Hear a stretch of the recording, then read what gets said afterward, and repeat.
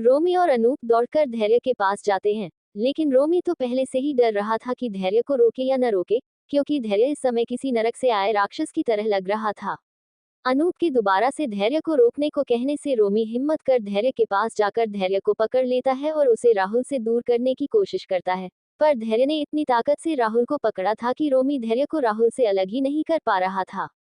धैर्य से डरते हुए रोमी कहता है, सर छोड़िए उसे, वो मर जाएगा। छोड़िए सर, अगर कुछ हो गया तो हमारे लिए आपको बचाना मुश्किल हो जाएगा। रोमी फिर धैर्य को धानी की तरफ दिखाते हुए फिर कहता है, सर मैडम को देखिए, अभी मैडम को आपकी जरूरत है सर। अब जाकर धैर्य राहुल को छोड़कर धानी की तरफ देखता है। धैर्य ने जैसे ही राहुल को छोड़ा, वो सीधे मुंह फर्श पर गिर पड़ा। धानी, जिसे आकृति अपने गले से लगाकर संभाल रही थी, धानी आकृति के गले से लगकर सुबक सुबक कर रो रही थी। धैर्य धानी के पास जाकर नीचे बैठता है और धानी को देखता है। धानी के दोनों पैरों से खून निकल रहा था। धैर्य धानी का चेहरा ऊपर उठाता है तो देखता है कि धानी के होठों के कोनों से खून निकल रहा है और गाल पर पंचों उंगलियों के निशान बन गए हैं।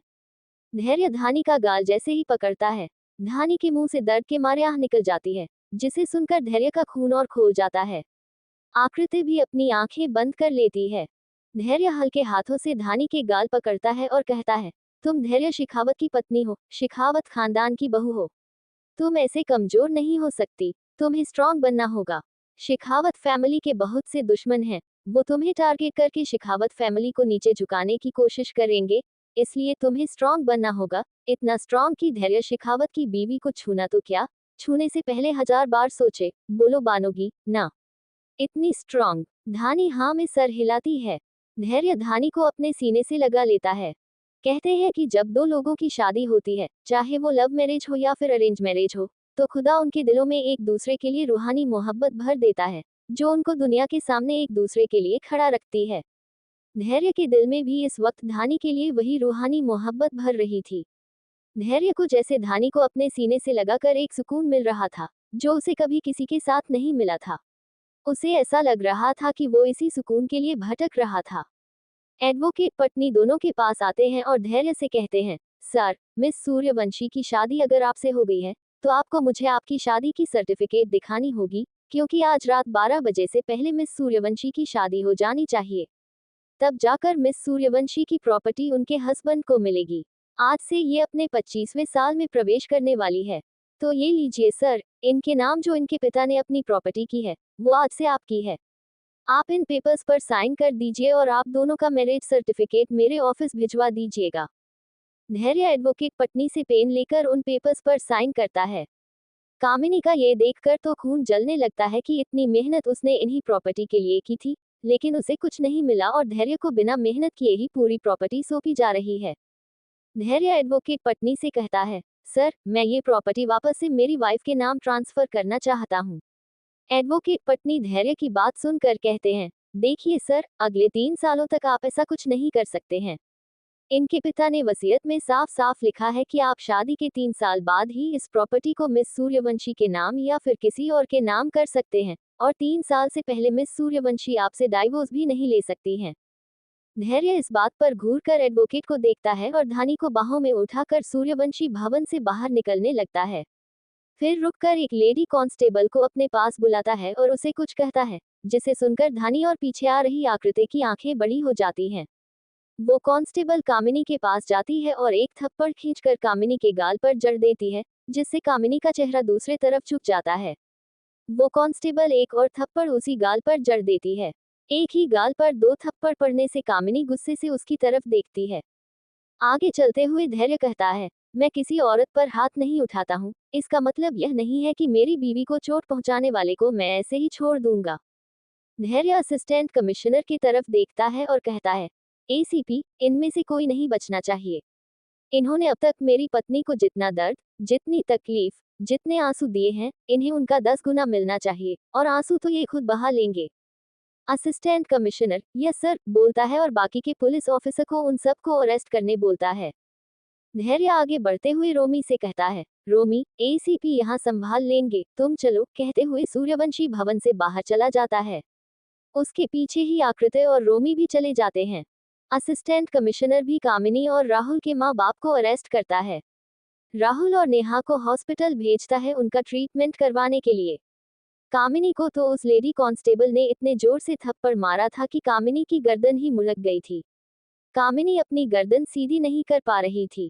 कांस्टेबल उसे वैसे ही पुलिस जीप में ले जाकर बैठा देती है और उन सबको पुलिस स्टेशन ले जाते हैं। सूर्यवंशी भवन इस समय शमशान से कम नहीं लग रहा था। सब तरफ बॉडीगार्ड के बॉडीज पड़े थे। सबकी करहाने की ही आवाजें गूंज रही थी। असिस्टेंट कमिश्नर अनूप यादव ने राहुल और नेहा को 2 कांस्टेबल के साथ एक जीप में हॉस्पिटल भेज दिया था और बॉडीगार्ड को भी हॉस्पिटल इलाज करवाने कुछ कांस्टेबल के साथ भेज दिया गया था। उसके बाद ही उन्हें लॉकअप में रख सकते थे। एल और डॉक्टर क्या कहते हैं उनको देखने के बाद वो सारी जानकारी देने के लिए बोलते हैं। राहुल के माँ बाप और कामिनी को पुलिस स्टेशन ले जाने लगते हैं, लेकिन कामिनी बार बार अपने लॉयर से बात करने के लिए कह रही थी, लेकिन उसकी बात कोई सुन ही नहीं रहा है। कामिनी को उन पुलिस वालों पर बहुत गुस्सा आ रहा था। वो पुलिस वाले कामिनी की बात इसलिए नहीं सुन रहे थे कि धैर्य ने असिस्टेंट कमिश्नर अनूप यादव को स्ट्रिक्टली ऑर्डर दिया था कि किसी भी हाल में कामिनी 10 दिनों से पहले तो जेल से बाहर नहीं आनी चाहिए और इन 10 दिनों में उसे उतना टॉर्चर करना है जितना उसने धानी को इतने सालों में किया है।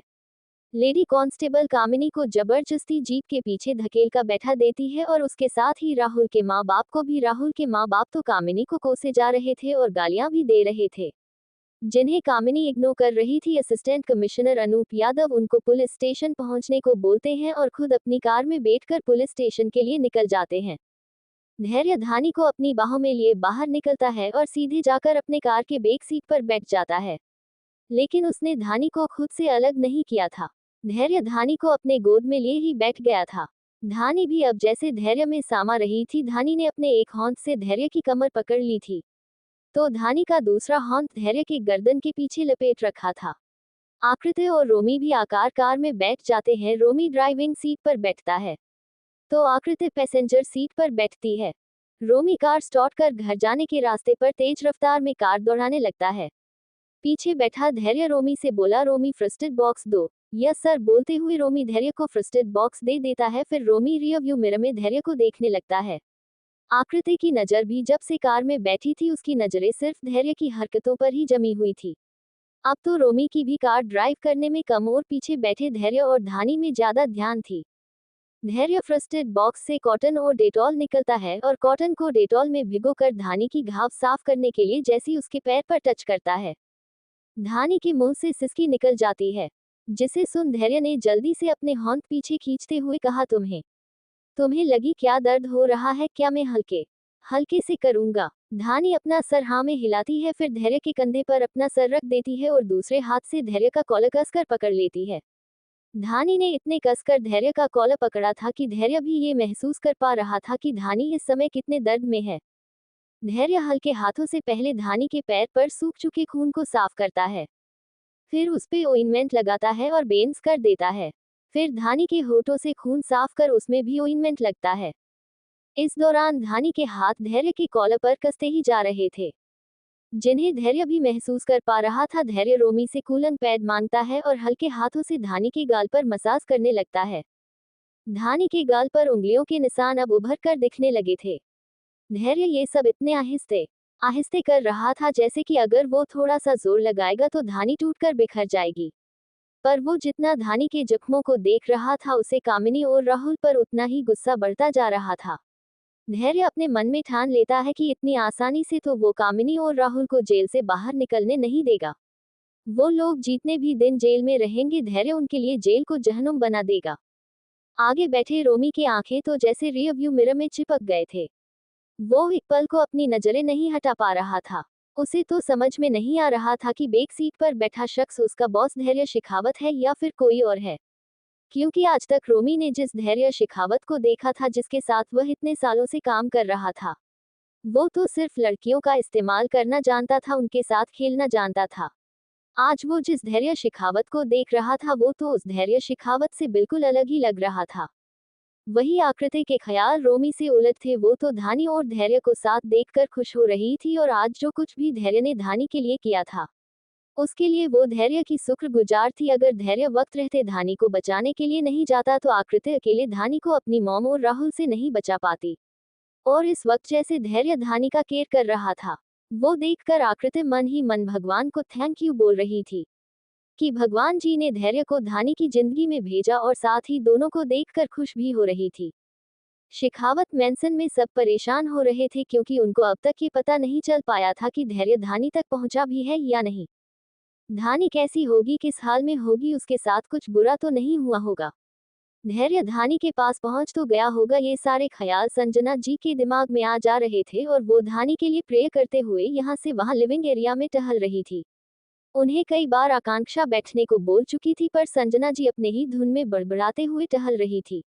अरे बहू, अगर तुम इस तरह से चहलकदमी करोगी तो तुम बीमार पड़ जाओगी, एक जगह बैठ जाओ बेटा, वो लोग आ जाएंगे और तुम देखना धानी बहू भी बिल्कुल ठीक होगी।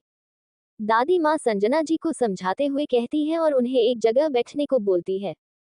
कैसे कैसे चहलकदमी ना करूँ माँ, मुझे बहुत टेंशन हो रहा है, पता नहीं बच्ची किस हाल में होगी, एक तो वो बच्ची बोल भी नहीं सकती और वो घटिया लोग सिर्फ प्रॉपर्टी के लिए उसकी जबरदस्ती शादी करवा रहे हैं और ये धैर्य और रोमी भी एक बार भी कॉल करके ये नहीं बता सकते हैं कि वहाँ सब ठीक है, धानी ठीक है, आने दो, उन्हें अच्छे से बताऊंगी। अभी संजना जी की कही बात पूरी भी नहीं होती है कि डोर बेल बजता है। लगता है वो लोग आ गए। संजना जी जल्दी से जाकर डोर ओपन करती है तो डोर पर डॉक्टर्स की पूरी टीम खड़ी थी। संजना जी उनसे वहां आने का रीजन पूछती है तो डॉक्टर्स के हेड उन्हें बताती है कि उन्हें वहां धैर्य शेखावत ने बुलाया है। संजना जी डॉक्टर्स को मैंसन के अंदर आने देती है, तभी उन्हें गाड़ी के मैंसन के अंदर आने की आवाज सुनाई देती है। कार के रुकते ही धैर्य बड़े आहिस्ता से बड़े आराम से धानी को लेकर कार से बाहर निकलता है और धीरे धीरे मैंसन की ओर बढ़ जाता है।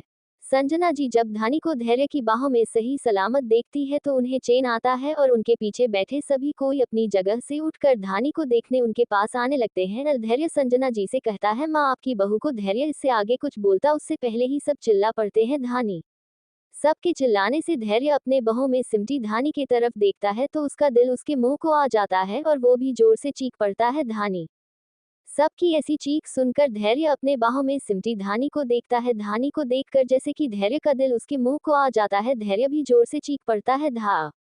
नियल धानी ने जिन हाथों से धैर्य को कसकर पकड़ रखा था, धानी के वो हाथ लूज होकर हवा में झूल जाते हैं। उन्हें ही इस तरह से झूलते देख सब चीखते हुए धानी की तरफ उसको देखने भागते हैं। आकृति जो धैर्य के पीछे चल रही थी अब उसको रोना आ रहा था। ये सोच कर के खुशियों के इतने करीब आकर भगवान जी धानी को उन खुशियों से दूर कैसे कर सकते हैं। संजना जी तो जहां थी वहीं उनका पैर जैसे जाम गया हो, वो वही खड़ी खड़ी अपने सर पर हाथ रखकर फर्श पर बैठ जाती है और अपने मन में सोचने लगती है। धानी के रूप में उनके घर के चौखट पर खुशियां दस्तक देकर लौट रही है। धैर्य का तो दिमाग ही काम करना बंद कर चुका था। वो अब क्या करे, उसे कुछ समझ नहीं आ रहा था। पर जब उसकी नजर धानी के नीचे झूलते हुए हाथों पर जाती है, वो उल्टे पैर घर के बाहर भागते हुए रोमी से तेज आवाज में कहता है, रोमी गाड़ी निकालो, हम हॉस्पिटल जा रहे हैं। रोमी भी गाड़ी निकालने भागकर मेंशन के बाहर जाता है। तभी वहां आए डॉक्टर्स की टीम की हेड डॉक्टर धैर्य को रोकते हुए बोलती, धैर्य रुको, हमें एक बार देखने तो दो। ये है gyno specialist doctor doctor Anahita Anoop Yadav, assistant commissioner of police Anoop Yadav की वाइफ। डॉक्टर अनाहिता की आवाज सुन जैसे संजना जी अपने सेंस में वापस आती है और धैर्य की तरफ बदहवास सी दौड़कर आते हुए कहती है, धैर्य अनाहिता को चेक करने दो। धानी को धैर्य जो मेन डोर के बाहर जाने ही वाला था उसके कदम रुक जाते हैं। अनाहिता जाओ और चेक करो, देखो हमारी बहू ठीक तो है, संजना जी अनाहिता से कहती है। इस बीच दादी आकांक्षा और आकृति बस धानी के लिए आंसू बहा रहे थे डॉक्टर अनाहिता के बोलने पर कि उसे धानी को देखने दे। अब सब धानी के लिए दुआ करने लगे कि धानी को बचने के लिए कुछ तो चांस बाकी हो। डॉक्टर आगे आकर धानी के नब्ज चेक करती है। वहां मौजूद सभी लोग डॉक्टर का मुंह ही ताकते रहते थे। देखिए आप लोग, मुझे ऐसे मत देखिए, मेरा कंसंट्रेशन खराब हो जाएगा। सब के सब झेप जाते हैं। जल्दी बताएं ना डॉक्टर, धानी ठीक तो है? धैर्य डॉक्टर से पूछता है। मुझे ठीक से देखने तो दो धैर्य, अगर तुम ही ऐसे बिहेव करोगे तो सबको कौन संभालेगा? देखो सबकी तरफ कैसे चेहरा लटक गया है सबका। और धानी ठीक है?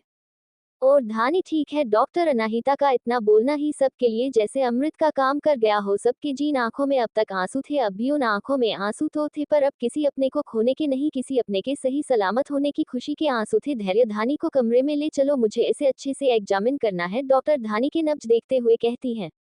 धैर्य अपना सर हाँ में हिलाते साथ ही जैसे उसके पैरों में चक्का लग जाता है। वो भागते हुए धानी को अपने कमरे में ले जाता है और आहिस्ता से बेड पर लिटाता है। सब तो धैर्य की स्पीड देखकर ही चौंक जाते हैं।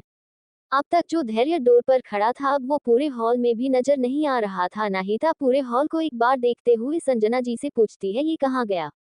उसके कमरे में देखते हैं। चलो सब धैर्य के कमरे की ओर चले जाते हैं। कमरे में धैर्य धानी को बेड पर लिटाने के बाद धैर्य बेसब्री से डोर की ओर देखता है कि कब डॉक्टर अनाहिता आकर धानी का चेकअप करेगी। 2 ही मिनट बीते होंगे कि धैर्य बुड़बुड़ाते हुए कमरे से बाहर निकल आता है। ये भाभी कहाँ रह गई, अब तक आई क्यों नहीं? इससे अच्छा तो मैं धानी को हॉस्पिटल ही लेकर चला जाता। तब सामने से आती हुई अनाहिता को देखता है तो उनके पास जाकर बोलता है, कहाँ रह गई थी भाभी आप? उसे आपकी जरूरत है और आप है कि जैसे गार्डन में टहल रही है वैसे ही टहलते टहलते आ रही है। जल्दी चलिए उसे देखिए, नहीं तो बता दीजिए मैं उसे अभी भी हॉस्पिटल लेकर चला जाऊंगा। अनाहिता धैर्य को घूर कर देखती है और फिर कमरे के अंदर आकर धानी को एग्जामिन करने लगती है। धानी को इंजेक्शन लगाती है और सबको देखते हुए कहती है, धानी बिल्कुल ठीक है, बस अनकॉन्शियस हो गई थी। इतना टॉर्चर उसका कमजोर बॉडी सह नहीं सका और वो बेहोश हो गई। बाकी सब ठीक है, लेकिन हमें धानी का पूरा ध्यान रखना होगा। जैसे उसे 5-6 दिन तो एकदम चलने नहीं देना है। उसके मेडिसिन और खाने पीने का भी पूरा ध्यान रखना है। मैं धानी का डाइट चार्ट बना दूंगी, उसके अकॉर्डिंग धानी का डाइट फॉलो होना चाहिए। सब एक साथ ही अपनी गर्दन हाँ में हिलाने लगते हैं। अनाहिता की बात सुनकर सबको राहत महसूस होती है। वही अनाहिता धैर्य को घूर कर देखती है तो धैर्य अपने दांत दिखाने लगता है। अनाहिता धैर्य को खा जाने वाली नजरों से देखते हुए कहती है, तुम अपने दांत अंदर करो धैर्य, नहीं तो सब तोड़ दूंगी। धैर्य अनहिता के कहने पर कि वो उसका दांत तोड़ देंगी, धैर्य अपनी बत्तीसी दिखाते हुए उनके पास आता है और उन्हें साइड हक करते हुए उनसे कहता है, तोड़ दो, आपको रोका किसने है? अनहिता धैर्य को इग्नोर कर सबकी तरफ देखती है तो सबको एक साथ अभी भी सर हिलाते देख अनहिता संजना जी को कंधे से पकड़कर हिलाते हुए कहती है, मासी माँ आप लोग सब रोबोट के जैसे बिहेव क्यों कर रहे हो? आपके घर की लक्ष्मी बिल्कुल ठीक है, बस अभी बेहोश है, कुछ देर में उसे होश आ जाएगा। अनहिता के संजना जी को हिलाने से जैसे संजना जी अपने सेंस में वापस आती है। वो अनहिता को देखती है फिर उसके गले लग नम आंखों से कहती है, मुझे माफ कर दे मेरे बच्चे, मेरे घर की परेशानी में मैं इतनी उलझ गई थी कि मैंने देखा ही नहीं कि मेरा दूसरा बच्चा मेरे सामने खड़ा है। मुझे माफ कर दे, अपनी मासी माँ को माफ करेगी ना? अनहिता संजना जी का पीठ सहलाते हुए कहती है, क्या मासी माँ आप ही बच्चा भी कहती हैं और माफी भी मांग रही है? अनूप जी के मम्मी पापा के जाने के बाद आपने ही तो हमें संभाला है। अनूप संजना जी की बहन का बेटा है। अनूप के मम्मी पापा के डेथ के बाद संजना जी ने ही अनूप को पाला है और अनूप और अनहिता की शादी भी संजना जी ने ही करवाई है।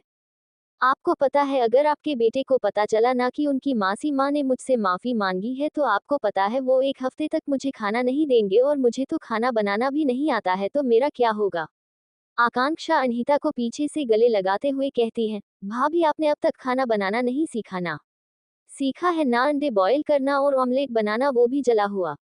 ये आवाज सुनाई देने पर सब उस तरफ देखते जिधर से आवाज आई थी तो वहां मुस्कुराते हुए उनके पीछे खड़ा अनूप कहता है, उसके साथ ही रोमी भी खड़ा था। आकांक्षा जाकर अनूप के गले लग जाती है। भाई आपका भाई? अनूप आकांक्षा के सर को प्यार से चूमते हुए कहता है, बस 2 दिन पहले। अगर तुम दोनों 2 दिन पहले ही मुंबई आ गए थे तो घर क्यों नहीं आए? दादू थोड़ा गुस्सा करते हुए अनूप से कहते हैं। अनूप आगे आकर दादी दादू और संजना जी के बारी बारी पांव छूते हुए कहता है, दादू मासी माँ मुझे इमरजेंसी में ड्यूटी ज्वाइन करनी पड़ी इसलिए नहीं आ पाए, और अपने एक कान पकड़कर संजना जी से कहता है, माफ कर दो। संजना जी प्यार से अनूप का माथा चूमती है और सबको कमरे से बाहर चलने को कहती हैं। अब सबको ख्याल आता है कि सब तब से धानी के कमरे में ही है, सब बाहर चले धानी को आराम करने देते हैं। इस बार दादू कहते हुए कमरे से बाहर निकलकर चले जाते हैं। सब कमरे से निकलकर नीचे लिविंग एरिया में आते हैं। सर अब मुझे चलना चाहिए, रोमी धैर्य से पूछता है तो धैर्य भी रोमी को जाने देता है। अब वहाँ सिर्फ घर वाले ही थे। अनहिता आकृति को देखते हुए पूछती है, मासी माँ ये कौन है? संजना जी बोली, ये धानी की बहन है। ओ अच्छा, मैं धैर्य की भाभी हूँ, तुमसे मिलकर अच्छा लगा मुझे भी, कहते हुए आकृति और अनहिता एक दूसरे के गले लग जाती है। अनूप संजना जी से धैर्य की शिकायत करते हुए कहता है, आपको पता है मासी माँ धैर्य ने मुझसे क्या कहा? एसीपी इन सब में से किसी को भी मत छोड़ना। हाँ तो आपने ने भी तो मुझे सर कहकर पुकारा था तो मैंने भी कह दिया, सॉरी ना भाई। धैर्य अनूप के आगे नीचे फाज पर बैठता है और अनूप के दोनों हाथ अपने हाथ में लेकर बोलने लगता है, आप चाहो तो 2 थप्पड़ मार लो पर मुझसे गुस्सा मत होना। अनूप प्यार से धैर्य का गाल छूते हुए बोलता है, अरे नहीं मेरे भाई, यहाँ कल ही मेरा ट्रांसफर हुआ है, इसलिए किसी को भी नहीं पता है कि मैं assistant commissioner of police Anoop Yadav L Dhairya Shekhawat का बड़ा भाई हूँ, इसलिए मुझे तुझे सबके सामने सर बोलना पड़ा। अच्छा ठीक है, ये सब छोड़ो और सब जाओ जाकर आराम करो। दादू के कहने पर सब अपने अपने कमरे में आराम करने चले जाते हैं। संजना जी किचन में रात के खाने में क्या बनेगा ये देखने जाती है। अनूप भी उनके पीछे किचन में चला जाता है। इधर धैर्य भी अपने कमरे में आता है और धानी को देखता है। उसे चैन से सोता देख धैर्य धानी को ब्लैंकेट से अच्छे से कवर कर अनहिता के कमरे में जाता है। अनहिता बेड के साइड में बैठ अपने चूड़ियां उतार रही थी। धैर्य वही अनहिता के पास नीचे फास पर बैठकर अपना सर उसकी गोद में रख लेता है। अनहिता धैर्य के बाल सहलाते हुए उससे पूछती है, तुम्हें कुछ कहना है धानी के बारे में? धैर्य अपना चेहरा ऊपर कर बोला, आपको कैसे पता चल जाता है कि मुझे क्या कहना है? तुम्हें पता है मैं पूरे 7 साल बड़ी हूँ तुमसे, और जब मासीमा मुझे इस घर की बहू बना कर लाई थी ना, तुम 18 साल के थे, तब से तुम मेरे आगे पीछे घूमते थे। हम दोनों के बीच सिर्फ देवर भाभी का रिश्ता नहीं है, हम दोनों अच्छे दोस्त भी है, और तुम मेरे लिए मेरे बेटे हो, मैं तुम्हारे लिए तुम्हारी माँ जैसी। देखो धैर्य, मैं तुमसे अभी बस इतना कहूंगी, धानी बहुत मासूम और साफ दिल की है। हाँ मैं उसे अभी नहीं जानती, उससे बात भी नहीं की है अभी, लेकिन इतना बोल सकती हूँ कि अगर वो मासूम नहीं होती तो उसके अपने ही उसका ये हस्र नहीं करते। इसलिए कहती हूँ उसे जानो समझो और फिर उससे प्यार करना। भाभी मैं प्यार नहीं करना चाहता, धैर्य ये कहते हुए अनाहिता को देखने लगता है। संजना जी डिनर में क्या बनेगा ये देखने के लिए किचन में चली जाती है। अनूप भी उनके पीछे किचन में जाता है। संजना जी कुक को रात में सबके लिए क्या खाना बनाना है वो बताती हैं और धानी के लिए अभी के लिए कुछ हल्का बनाने को बोलती है। अनूप जाकर संजना जी को पीछे से हक कर लेता है। संजना जी वैसे ही अनूप के गाल को खींचते हुए पूछती है, अब तुम्हें क्या चाहिए जो यहाँ मेरे पीछे किचन तक आ गए? वो मासी माँ, अगर आपके हाथ का जीरा राइस और मसाला चिकन मिल जाए खाने को तो मजा ही आ जाए। आपको पता है मैंने दिल्ली में सबसे ज्यादा आपके हाथ से बने खाने को मिस किया है मासी माँ, मैं ना कभी कभी अपने हाथ का बेस्वाद खाने को आपके हाथ का बना खाना सोच कर खा लिया करता था। अच्छा तो जनाब मेरे हाथ के बने खाने को मिस करते थे अपनी मासी माँ को नहीं? संजना जी आगे की ओर घूमते हुए अनूप के कान पकड़ते हुए कहती हैं, आ मासी माँ दर्द हो रहा है, छोड़ो ना, मेरा कान उखड़ कर आपके हाथ में आ जाएगा, और मासी माँ आपको मैं तब मिस करता ना जब आप मुझसे दूर होती, आप तो हमेशा हर समय यहाँ रहती है मेरे पास, मेरे दिल के करीब। अनूप अपने दिल के जगह पर उंगली से पॉइंट करके कहता है। साथ ही अनूप की आंखें भी छलक आई थी। संजना जी अनूप के आंखों से लुढ़क आए आंसुओं को गाल से साफ करते हुए कहती है, मेरा बच्चा। अनूप ही संजना जी के गाल अपने दोनों हाथों से थमते हुए कहता है, मासी माँ मुझे मेरी माँ का चेहरा तो याद नहीं है, मेरे लिए मेरे माँ के रूप में यहाँ आप रहती हो। संजना जी का हाथ अनूप अपने दिल के पास रखकर कहता है, मैं आपको मासी माँ कहता जरूर हूँ, लेकिन आप मेरी माँ हो, मेरी माँ। तुम्हें जो खाना है मैं सब बना कर खिलाऊंगी, अभी बनाती हूँ जीरा राइस, चिकन मसाला और तेरे फेवरेट दही के सलाद और खीर भी, सब मैं अपने हाथों से बनाऊंगी भी और अपने हाथों से खिलाऊंगी भी। संजना जी अपने आंसू जो अनूप के कहने पर बेहाए थे उन्हें पोंछते हुए कहती हैं, तुम जाओ जाकर अपने यूनिफॉर्म चेंज करो, रात को भी इसे ही पहने रहना है क्या? जा यहाँ से, मुझे रुलाने आया है? संजना जी अनूप को किचन से बाहर धकेलते हुए बोलती है, जा रहा हूँ, धकेल क्यों रहे हो? बोलकर अनूप संजना जी के गलों को चूमकर भाग जाता है। संजना जी उन्हें देखकर हंस रहे शेफ से कहती हैं, क्या आप माँ बेटे की बात सुन रहे हैं? चलिए मुझे सारा सामान दीजिए, मेरे बेटे को मेरे हाथ का बना खाना खाना है, आप सिर्फ सामान दीजिए। संजना जी शेफ से कहकर खुद कुकिंग करने में लग जाती है। शेफ भी उन्हें सारे इंग्रेडिएंट्स देने लगते हैं। ऊपर अनहिता के कमरे में धैर्य उनके गोद में सर रख कर बैठा हुआ था और अनहिता उसके बालों में उंगलियां फेर रही थी। अभी अभी तुम दोनों की शादी हुई है, तुम दोनों एक दूसरे के साथ टाइम स्पेंड करो समझो, फिर देखना तुम दोनों को एक दूसरे से प्यार हो ही जाएगा। भाभी मैं प्यार नहीं करना चाहता, धैर्य अपना सर ऊपर उठाकर अनहिता के आंखों में झांकते हुए कहता है।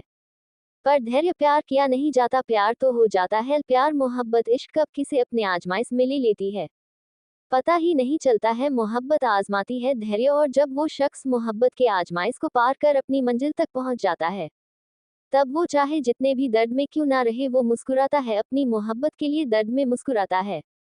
अनीता धैर्य को समझाने के लहजे में उससे कहती है, यही तो भाभी, यही दर्द तो मैं नहीं चाहता। देखा है मैंने, सच्ची मोहब्बत करने के बाद भी, अपने हमसफर से वफा करने के बाद भी उस धोखे को, उस दर्द को, उस तड़प को देखा है। भाभी मैं तड़पना नहीं चाहता। धैर्य अपने बहते हुए आंसू को साफ करते हुए कहता है, आपको पता है भाभी, माँ ने पापा से सच्ची मोहब्बत की है, लेकिन उन्हें क्या मिला? दर्द और तकलीफ। माँ को लगता है उन्हें अकेले में रोते हुए किसी ने नहीं देखा है, मैंने देखा है। माँ दिन भर मेरे लिए, आकांक्षा के लिए, दादू और दादी के लिए, हम सब के लिए खुश रहने का दिखावा करती थी और रात को पापा को याद करके रात भर रोते हुए काट देती थी। जब उन्हें लगता था कि कोई उनके रोने की आवाज सुन लेगा या उनकी आवाज कमरे से बाहर जा रही है, तो वो अपने मुंह में कपड़ा भर लेती थी, लेकिन किसी को ये पता नहीं चलने देती थी कि वो रात भर रोती है। मैं ऐसे नहीं तड़पना चाहता भाभी, नहीं तड़पना चाहता, कहते हुए धैर्य अपने आंसू पोंछते हुए कमरे से बाहर निकल कर चला जाता है। धैर्य रुको तो, मेरी बात तो सुनो। अनीता धैर्य को आवाज लगाती रह जाती है पर धैर्य नहीं रुकता है। अनूप जो कमरे में ही आ रहा था वो इस तरह धैर्य को रोते हुए जाता देख उससे पूछता है, धैर्य क्या हुआ, धैर्य कुछ तो बोलो। पर धैर्य नहीं रुकता। अनूप अंदर आता है तो अनीता को भी बेचैनी से कमरे में घूमते हुए देखता है। ये धैर्य को क्या हुआ, वो रो क्यों रहा था। वो धैर्य अनीता अनूप को अपने और धैर्य की बीच हुई सारी बातें बता देती है। अनूप अनीता को गले लगा कर बोला, उसे थोड़ा वक्त दो, वो ठीक हो जाएगा। उसे रिश्तों में जीना सिखाना है, उस पर रिश्तों को थोपना नहीं है। धैर्य अनीता के कमरे से निकलकर अपने कमरे में आता है तो उसकी नजर सोई हुई धानी के चेहरे पर जाती है, जो बड़े सुकून की नींद सो रही थी। धैर्य उसके पास जाता है और घुटनों के बल बैठ धानी के चेहरे पर आ रहे बालों को उसके कान के पीछे करता है और धानी से कहता है, जैसे धानी उसकी बात का जवाब देगी, तुम जो चाहोगी तुम्हें दूंगा, तुम जो करना चाहोगी उसमें तुम्हारे साथ खड़ा रहूंगा, आगे या पीछे नहीं, तुम्हें अपने बराबरी में रखूंगा, पर शायद प्यार मैं कभी नहीं दे पाऊंगा, बोलता है और उठकर जाने लगता है। तभी उसे उसके पॉकेट में रखे उस रक्षा सूत्र की याद आती है जो उसने धानी की किडनैपिंग के टाइम रास्ते से उठाकर अपने पास रख लिया था और खुद से कहा था कि वो खुद धानी को रक्षा सूत्र बांधेगा। धैर्य वो रक्षा सूत्र निकलता है और धानी के हाथ में बंधते हुए बोलता है, मैं हर कदम पर तुम्हारी रक्षा करूंगा, ये मेरा धैर्य शेखावत का तुमसे और खुद से वादा है।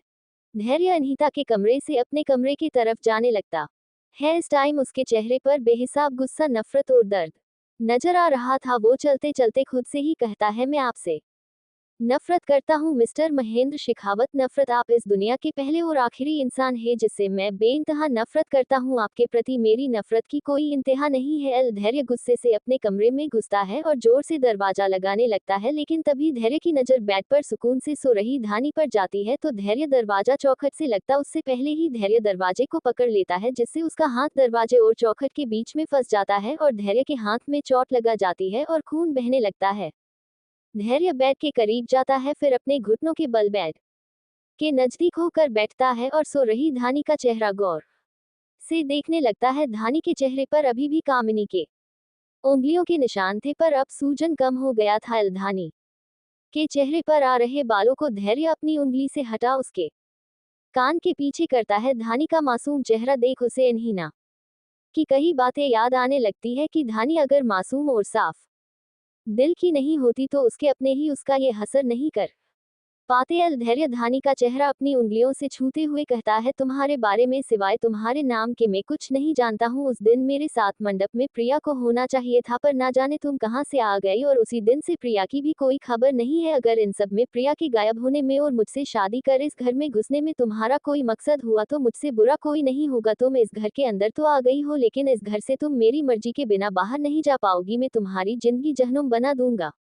धैर्य वहां से उठने लगता है तो उसे उस रक्षा सूत्र की याद आती है जो धानी के किडनैपिंग के टाइम उसके हाथ से खुलकर नीचे गिर गया था और धैर्य ने रास्ते से उठाकर अपने पास रख लिया था और खुद से कहा था कि वो ये रक्षा सूत्र धानी के हाथ में खुद बांधेगा। धैर्य वो रक्षा सूत्र अपने पॉकेट से निकलता है और धानी के हाथ पर बांधते हुए कहता है, अगर तुम्हारा इन सब में कोई हाथ नहीं है और जैसा भाभी ने कहा कि तुम मासूम और साफ दिल की हो, तो मैं हर कदम पर तुम्हारा साथ दूंगा, तुम्हारा रक्षा करूंगा। ये मेरा धैर्य शेखावत का तुमसे और खुद से वादा है।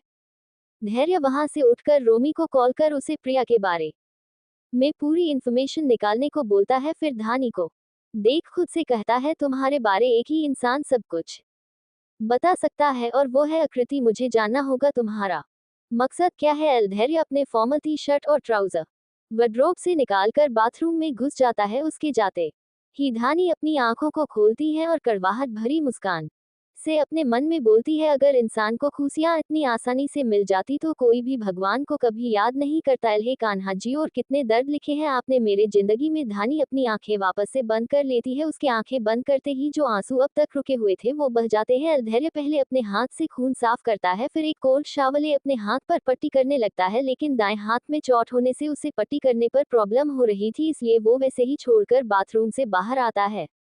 तो उसी वक्त आकांक्षा कमरे के अंदर आती है। आकांक्षा धानी को सोता देख धैर्य से पूछती है, भाभी अभी तक नहीं उठी? धैर्य नहीं बोल देता है, अल भाई माँ आपको डिनर करने के लिए नीचे बुला रही है, सब नीचे है और आपका वेट कर रहे हैं, जल्दी आइए। धैर्य बस हम कहता है। आकांक्षा जाने लगती है, तब वो धैर्य के हाथ से बहते खून को देखती है। भाई आपको ये चोट कैसे लगी, दिखाओ तो, लाओ मैं पट्टी कर देती हूँ। आकांक्षा धैर्य को काउच पर बैठा कर उसके हाथ का पट्टी करने लगती है। भाई आपको ये चोट कैसे लगी? पता नहीं, मैंने ध्यान नहीं दिया, कब लग गया? धैर्य आकांक्षा से झूठ बोल देता है। आकांक्षा पट्टी करती है, फिर दोनों डिनर करने नीचे चले जाते हैं। नीचे सब डाइनिंग टेबल पर बैठ धैर्य और आकांक्षा के आने का वेट कर रहे थे। अनूप एक प्लेट उठाकर उसे बजाते हुए गाना गाता है। इंतहा हो गई इंतजार की, आईना कुछ खबर मेरे यार की। इंतहा हो गई इंतजार की, आईना कुछ खबर मेरे यार की। ये हमें है यकीन बेवफा वो नहीं वजह क्या हुई इंतजार की। इंतहा हो गई इंतजार की, आईना कुछ खबर मेरे यार की। धैर्य अनूप को देखकर अपना माथा पीट लेता है और आकर उसके एक साइड में चेयर खींचकर बैठ जाता है। भाई आपको भूख बर्दाश्त नहीं होती है ना, जब आप ड्यूटी में होते हो? आप भूख कैसे बर्दाश्त करते हो? थोड़ी सी देर में अपने डाइनिंग टेबल को खाने की महफिल से गाने की महफिल बना दिया है। एल नहीं मेरे भाई, और जब खाना मेरा फेवरेट हो और मेरी माँ के हाथ का बना हो तो भूख बर्दाश्त करना नामुमकिन हो जाता है मेरे भाई। अनुप्रोमेटिक अंदाज में अपने सर को झुकाते हुए कहता है, तो दादी उसके सर पर चपत लगाते हुए बोलने लगती है, तेरे इन्हीं हरकतों को हम सब ने बहुत मिस किया है, अब मत जाना हमें छोड़कर, घर सुना सुना हो जाता है। आ दादी लगती है ना, और मैं अब कहीं नहीं जा रहा आपको छोड़कर, मेरी प्यारी बाबी डॉल। एल संजना जी आकांक्षा से पूछती है, धानी उठ गई क्या? एल नहीं माँ, भाभी अभी भी सो रही है। मासी माँ आप परेशान मत हो, धानी एनेस्थेसिया के इंजेक्शन के असर से सो रही है, सुबह तक उठ जाएगी। संजना जी हाँ बोलती है, आप लोग अब खाना शुरू कीजिए, कह संजना जी और कुछ सर्वेंट मिलकर डाइनिंग टेबल पर खाना लगाते हैं। सर्वेंट सबको खाना सर्व करते हैं, सब खाना खाना स्टार्ट करते कि सब देखते हैं संजना जी अनूप के पास खड़ी होकर उसे खाना खिला रही है और अनूप उनके हाथ से खा रहा है।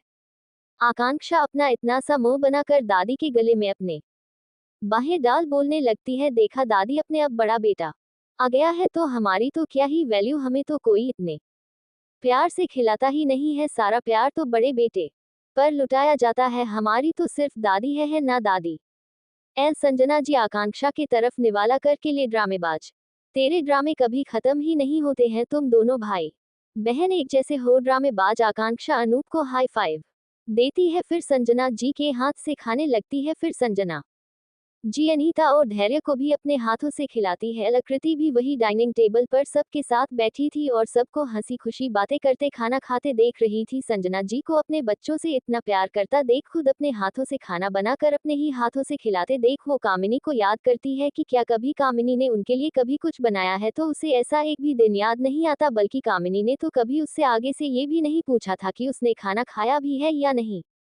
कामिनी और नेहा को उसने कई बार एक साथ डाइनिंग टेबल पर बातें करते हुए खाना खाते देखा था, पर जाने कितने सालों से उसने उनके साथ खाना खाना छोड़ दिया था, क्योंकि अगर वो कभी भूख लगने पर पहले या बाहर से खाकर आती थी तो उस दिन धानी को खाना देने वाला या खाना खाया है या नहीं पूछने वाला भी कोई नहीं था, इसलिए उसने हमेशा धानी के साथ कमरे में ही खाना खाया करती थी। और अभी सब एक साथ खाता देख उसे बहुत अच्छा लग रहा था, उसे ऐसा लग रहा था जैसे धानी के साथ साथ उसे भी एक परिवार मिल गया हो। तभी आकृति को ऐसा एहसास हुआ जैसे कोई उसके साइड में खड़ा उससे कुछ बोल रहा है, तो वो अपने बगल में देखती है तो संजना जी एक निवाला बना उसे खाने का इशारा करती है। आकृति भी एक स्माइल के साथ उनके हाथ से खा लेती है, साथ ही उसके आंख से आंसू उसके गाल पर लुढ़क आते हैं।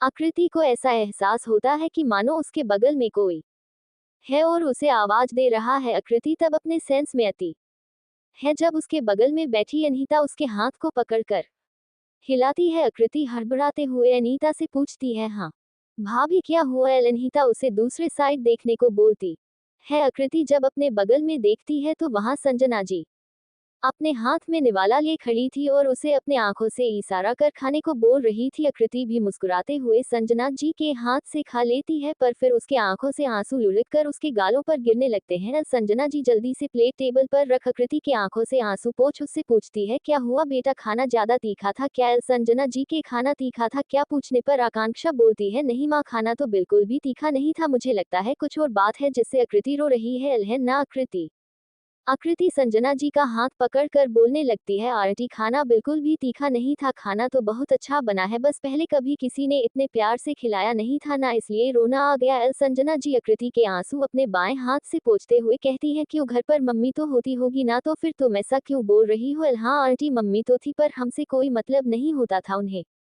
उन्हें तो बस अपनी एक ही बेटी दिखती थी। आकृति देखती है कि उसकी बातें सुन वहां पर सब इमोशनल हो रहे हैं, तो वो माहौल को हल्का करने के लिए बोलती है, आंटी ये सब छोड़िए, आप खाना खिलाए ना, मुझे बहुत भूख लगी है। हाँ हाँ बेटा ये लो। संजना जी फिर से सबको टेबल के चारों ओर घूम घूम कर खिलाने लगती है, फिर दादू के सामने भी निवाला करती है, तो दादू बोलते हैं, मैं कोई बच्चा हूँ क्या बहू जो आप मुझे खिलाने आए हो? ये बच्चे हैं, इनको खिलाओ। तो दादी दादू से इतने प्यार से खिला रही है तो खा लो ना। दादी के कहने पर दादू भी खा लेते हैं। संजना जी दादी को भी खिलाती है। फिर जब प्लेट का खाना खत्म हो जाता है तो वो सबको खुद से खाने को बोल प्लेट में और खाना लेने लगती है। इस दौरान उनका सर नीचे झुका हुआ था, लेकिन जब वो सर ऊपर उठाती है तो उनके सामने 7 हाथ अपने हाथ में निवाला बनाए आगे बढ़ाए हुए थे। संजना जी सबसे पूछती है, क्या? तो सब एक साथ उन्हें खाने के लिए बोलते हैं। संजना जी भी बिना ना नुकुर के सबके हाथ से बारी बारी खाना खा लेती है।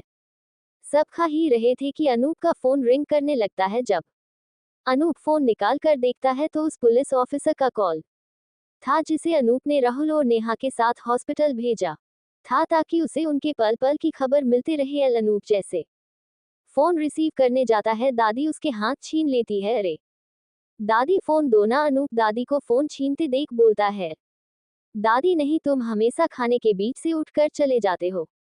मैं फोन नहीं दूंगी दादी, दो ना, कुछ जरूरी होगा तभी वो इस वक्त कॉल कर रहा है। हाँ तो क्या पुलिस स्टेशन में एक तू ही पुलिस ऑफिसर है, दूसरे भी तो होंगे, उन्हें फोन करे, मेरे बच्चे को क्यों परेशान कर रहे हैं? दादी दो ना, मैं प्रॉमिस करता हूँ मैं बिना खाना पूरा खत्म किए कहीं नहीं जाऊंगा, और अगर जरूरी नहीं हुआ मैं जाऊंगा ही नहीं, अब तो दे दो मेरी बाबी डॉल। अनूप लाचारगी से दादी को मनाते हुए अपना फोन मांगता है, पक्का नहीं जाएगा, नहीं जाऊंगा, अब तो दो। दादी अनूप का फोन दे देती है, मगर फोन एक बार पूरा बजकर कट गया है। अनूप जैसे कॉल बैक करता उससे पहले ही फिर अनूप का फोन रिंग करने लगता है। अनूप फोन रिसीव कर हेलो बोलता है तो उधर से कांस्टेबल देश पांडे बोलना शुरू करता है। Constable Desh Pandey, hello good evening sir. हाँ देश पांडे बोलो। सर वो जो लड़का है ना, राहुल नेगी सर, उसके हाथ और पैर पर डॉक्टर ने बताया बहुत फ्रैक्चर आए हैं, डॉक्टर ने कहा उसे ठीक करने के लिए और दोबारा चल पाए इसलिए उसके पैर पर स्टील लगवानी पड़ेगी। और सर धैर्य सर ने क्या मारा है, उसके एक साइड का जबड़ा तो मानो चूर चूर हो गया है, और नाक की तो पूछो ही मत, जैसे नाक में तो हड्डी बची ही नहीं है। सर धैर्य सर ने क्या मारा है, जैसे धोबी घाट में धोबी कपड़े धोता है ना, पटक पटक कर एकदम वैसे ही धैर्य सर को तो उस राहुल नेगी को मारता देखकर तो मजा ही आ गया। क्या बताऊं sir, Desh Pandey behave yourself. Anoop Desh Pandey को डांटते हुए बोलता है, तुम ड्यूटी पर थे ना कि बॉक्सिंग रिंग में या धोबी घाट पर, जो तुम्हें किसी को मारता और किसी को मार खाता देखकर मजा आ रहा था? उस लड़की की रिपोर्ट बताओ। देश पांडे अनूप की डांट सुन जैसे सुधर ही जाता है और एकदम आज्ञाकारी बच्चे की तरह सब बताने लगता है। सर वो लड़की प्रेग्नेंट थी और पेट के बल गिरने पर उसका मिसकैरेज हो गया है, लेकिन अभी तक उन दोनों में से किसी को भी होश नहीं आया है। सर ठीक है, जैसे उन्हें होश आए मुझे खबर करो और डॉक्टर से मेरी बात करवाओ, बोल। अनूप फोन कट कर देता है। इधर देश पांडे भी चैन की सांस लेता है और फोन को देखते हुए बोलता है, बच गए, नहीं तो सर धोबी घाट में मेरी ही धुलाई कर देते। अनीता अनूप के फेशियल एक्सप्रेशन बदलते देख उससे पूछती है, किसका कॉल था? अनूप धैर्य को देखते हुए उससे बोलता है, तुमने जो कांड किया है उसी के बारे में बताने के लिए कॉल था। फिर अनूप सबको राहुल और नेहा के बारे में बताता है। नेहा प्रेग्नेंट थी ये जानकर आकृति को एक शॉक लगता है, लेकिन वो कुछ नहीं बोलती है। दादी तुम नहीं जा रहे हो ना? नहीं दादी, सब खाना खाकर जाने लगते हैं तो संजना जी सबको लिविंग एरिया में बैठने को बोलती है, आप लोग लिविंग एरिया में बैठिए, मुझे कुछ बात करनी है। सब जाकर लिविंग एरिया में बैठ जाते हैं। संजना जी आती है, हाँ बहू अब बताओ क्या बात करनी है? पापा जी शादी तो हो गई है तो हम सोच रहे थे रिसेप्शन कर ले तो अच्छा रहेगा ना। अनु बेटा तुम बताओ तुम क्या सोचते हो। एल एक बार फिर से पूरे लिविंग एरिया में फोन की रिंग की आवाज सुनाई देने लगती है तो सब देखते हैं। इस बार धैर्य का फोन बजता है। धैर्य अपनी उंगली अपने मुंह पर रखता है और वहां से उठकर थोड़ी दूरी पर जाकर बात करने लगता है। दूसरी तरफ से रोमी कुछ बोलता है फिर धैर्य फोन रख देता है। फिर लिविंग एरिया में आता है जहाँ रिसेप्शन होगी या नहीं इस बात पर चर्चा हो रही थी। नहीं होगी रिसेप्शन। पीछे से आए धैर्य की आवाज सुनकर कि रिसेप्शन नहीं होगी सब चौंक जाते हैं।